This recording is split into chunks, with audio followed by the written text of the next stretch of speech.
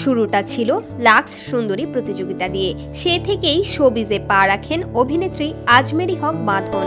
এখন পর্যন্ত তার ঝুলিতে বহু নাটক, ওয়েব ফিল্ম, নাম লিখিয়েছেন বড় পর্দায়ও, অর্জন করেছেন জাতীয় চলচ্চিত্র পুরস্কার।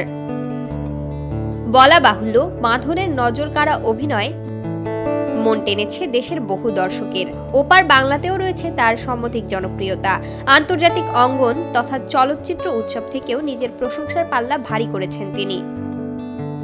শুধু কি তাই, এই অভিনেত্রীর আরও বিশেষত্ব রয়েছে।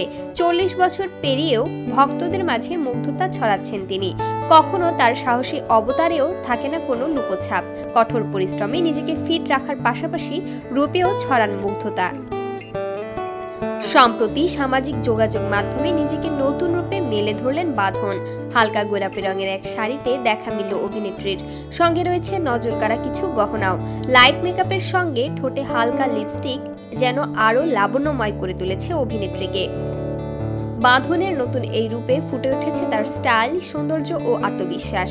কিন্তু সব মিলিয়ে ভক্তদের মন কেড়েছে বাঁধনের মিষ্টি হাসিটি।